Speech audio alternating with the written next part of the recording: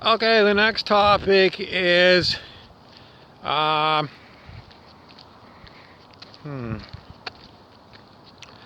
The next topic is Big Sky Country. I think that's the state of Montana, but I'm not in Montana and I've got a big sky.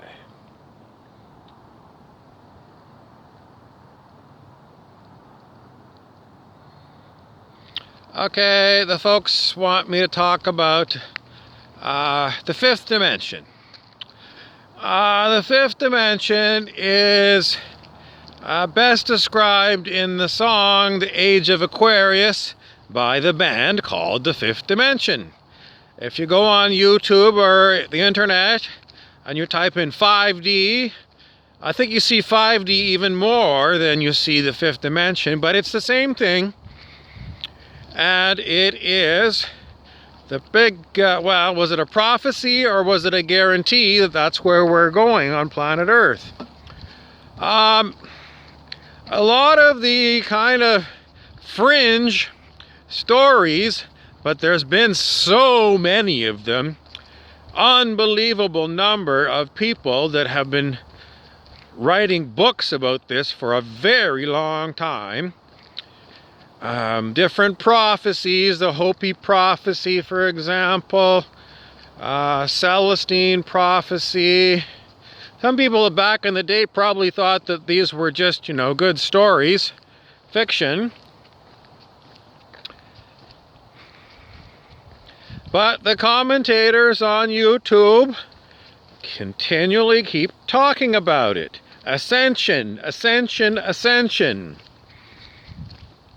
In the old days when I saw Sananda the Ascended Master, who was being channeled by a trance channel, in other words, a human who would go into a deep meditation, Sananda called it harvest time, where we achieve mastery, each one individually. And mastery is basically you raising your vibration to the point where what you need is manifested for you. You don't use money anymore. It's a manifestation. And it almost sounds like manifestation. It sounds like ghosts, like ghosts, a manifestation of a ghost or something. So it's not a manifestation as in, in the past I've talked about manifestation as being the idea that you put an order in on Amazon, the internet company. You order a book and then you get a delivery of your book sometime later, and there's a packing slip. And a synonym or an alternate name for a packing slip is a manifest. So that's where they get the idea of manifest, a manifestation, something that's being delivered. But no, in this idea of higher consciousness, it is not something you order from Amazon. It is ordered from, maybe some people will say it's ordered from the universe, but it still sounds like you're ordering it from something other than you. There's you in the universe, and then you order it from the universe and it delivers. It still gives a sense of separation. This is because we're coming from 3D where everything is separate. The people are separate. You and your clothing are separate. If you were to look at, rocks, crystals, well, they're separate from you and rock is dead. When you go to higher levels of consciousness, these turn out to be illusions. And this separation of you and everything else, also, that breaks down and you realize that you are everything. Now, we're still in what's known as 4D. We're on the way to 5D, but we've left 3D. And in 4D, well, we kind of slip back and forth between, the ideas that we're separate, and there's still a lot of people that appear to be working from that paradigm. That there's you as a human, and you've got a physical brain that thinks, and everything is kind of done by thinking. But that is where we have come from as a 3D race, the human race. And if we were going to go to the 5th dimension, it's a much higher consciousness than where we've been from. So I remind you, if you look at the scale of human consciousness, just type that in and you will find it's there all over the place on the internet. And I mean, how high is your consciousness got to get before you start getting manifestations of things?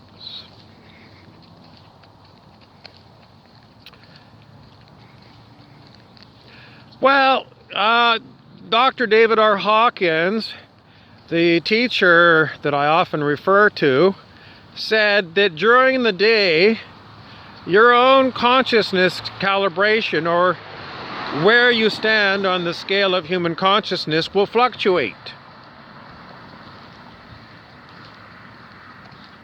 How much does it fluctuate for you?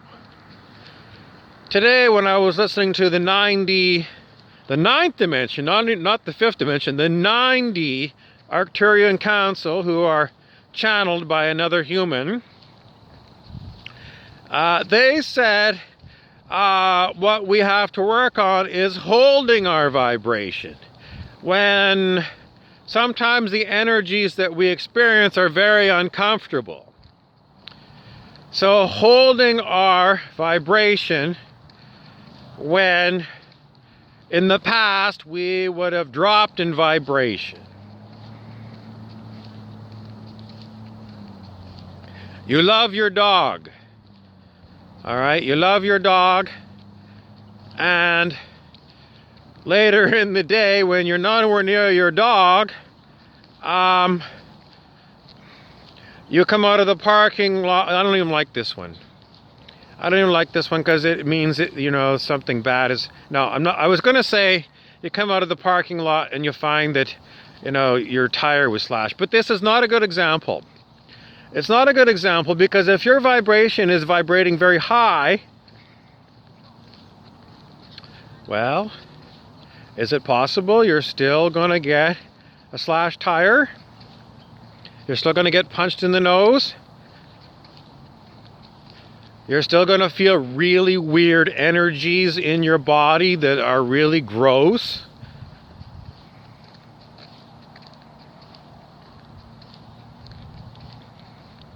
That's 4D, folks. 4D is you being tested. Can you hold the feeling of love you have for your dog when you come out of Walmart and someone slashed your tire? Or someone punched you in the nose out of the blue? This is way more challenging than just, cuddling with your dog. How do you do it? Well, maybe what happens is your vibration drops for a short time and then you laugh it off and you say, well, it's just going to come with multiple times having these things happen to you and you reflecting on it and saying, okay, I feel like my vibration did go down when this particular incident happened. And you kind of reflect on it and you say, okay, well, if something else happens like this, and after so many years on the planet, we know there's ups and downs. It's just, I know I reacted this way. Maybe I got really angry, or I kicked the garbage can or something. And you say to yourself, okay, well, this sort of signifies a low vibe reaction. Not only that, but I feel like I've hurt my foot from kicking the can. So instead of doing these things in the future when unpleasant events happens, I'm going to try and let it go on the fly. And try it again. Everyone knows on planet Earth we have ups and downs and ups and downs. And, you know, if you've got your inner voice telling you, oh, this is horrible, horrible, you've got to tell that inner voice to basically F off. Because you don't need inner voices telling you negativity in these situations. So you have to hold strong when you hear inner voices saying, you know, this isn't working or whatever. You have to hold strong. And, you know, if this is an inner voice, it's not your voice. Whose voice is it? It ain't yours. Because you've set your intention to let these things go when you have ups and downs. You set your intention. So if you're hearing a voice that sounds like your voice saying this ain't working, and, you know, you blew it, and don't listen to these people, it's not your voice. It's not you. It might sound like you, so you're going to have to get really good at understanding that the voice that might sound like the voice that comes and produced by your vocal cords, but it's an inner voice of yourself, it ain't you. I've discovered that. I've heard these things before in my voice, in my head, saying stuff negative to me, and I've come to the conclusion it ain't me. Whatever the hell it is, I'm not going to go into trying to figure out what it is. I'm just going to say it ain't me, because I set the intention not to say these things. So whatever it is, it ain't me, because I ain't saying it. And I'm hearing it, it's not me. So, what do you do about it? Well, you tell it to F off. Bug out, get away from me.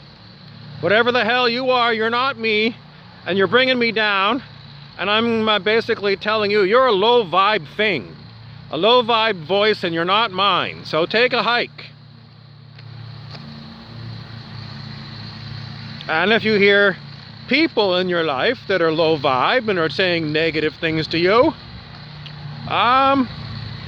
well, you can walk away from them. You might tell them to F off, or you might get really good at hearing these things from people. People spreading a lot of fear. That's what I find is most uncomfortable. People who are bought into fear consciousness. And that's where my challenge is listening to them impassively when I'm feeling very uncomfortable about it. That's what I do now. I don't like listening to it. I get weird vibes in my body. My body is uncomfortable with it. I don't enjoy it, but it's part of my learning process to learn to hold my vibration, to not get sucked into the fear, and I'm learning not to run away.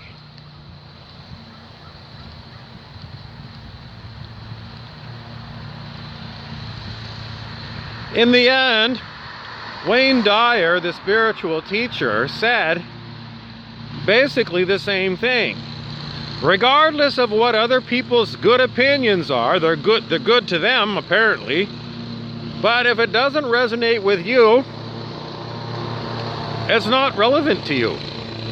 And they can say it, you know, and you might have 10 people come up to you and give you the same advice that doesn't ring true with you because it's based in fear consciousness. It's all about anxiety about the future. It's like you're doing something wrong. These are 3D people, and they have not done any inner spiritual work, and they're still around. They're still drinking at the bar, and they're still watching football games. So if these people are very opinionated about everything. Not only are they opinionated about themselves and everything that they're doing that's perfect, but they want to tell you how to run your life. And Wayne Dyer said, I get it all the time. Wayne said, I get it all the time. And he used to do TV shows. He used to be on PBS, public broadcasting. And he would say, well, it's your good opinion. You know, you think it's a good opinion, but regardless of what you think, I'm following my own inner guidance system. And it says you're wrong. And I might not say to you, you're wrong. Or I might. I've been finding lately, well, it's not always the case. Sometimes, if I can't even say it's a feeling, it's just sometimes I do see myself talking about it. You know, basically that you're not in the now moment. You are forecasting horrible events of the future. You're not well read on the subject of being here now in the present moment. You know, you're using fear and anxiety. So sometimes it comes out. Other times, I'm just silent. I'm just silent. I mean, it's not your job to educate others, ?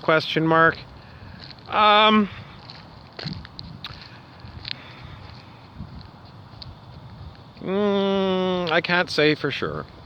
Sometimes I find that I do try, even with difficult people, and other times I'm just silent. The thing is, more and more people are getting these points. So, you know, maybe once in a while you are one to talk about how you're living in fear consciousness to someone who is, you know, gloom and dooming you and telling you you're wrong. But maybe if you're not the one given to say this, someone else has been the one to say this. And eventually maybe this person has heard it from another person, and another person, another person, and they're still stuck in 3D. They're still fear consciousness. And then everybody just shuts up. It's like, fine, you know. I don't think it's like a group of you and your friends are going to talk about it all the time. I think that consciousness itself has set certain people to give certain talks. And consciousness itself organizes it. So it's not like a human thing that we are deciding who is going to have an intervention. It's not like that. Interventions are very controlling. Because it's being done by human egos. If you're moment to moment and then you end up having a coffee with somebody and you end up saying it, you'll be surprised because you won't have had a plan to say it. You won't know. Although if you're going to have coffee with someone that you know has been, you know, a fear consciousness kind of person for a long time, it might be in the back of your head that, you know, any one time I might start talking about the fifth dimension and letting go of fear. But you never really know what you're going to say until that particular now moment happens and you to say something or you don't. And there is no judgment on you whether you do it or not. So it is not your responsibility to educate other people, but you might find yourself doing it anyway.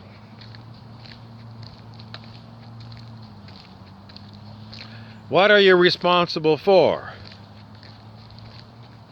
Being present, moment to moment, to moment to moment, to moment, in the ever-present now moment.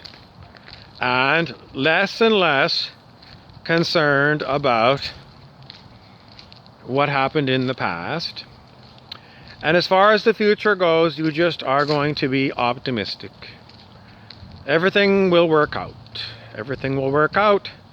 And the best response to situations where you think, oh shit, someone slashed my tire or punched me in the nose, the best response is simply to be inner quietude, inner silence.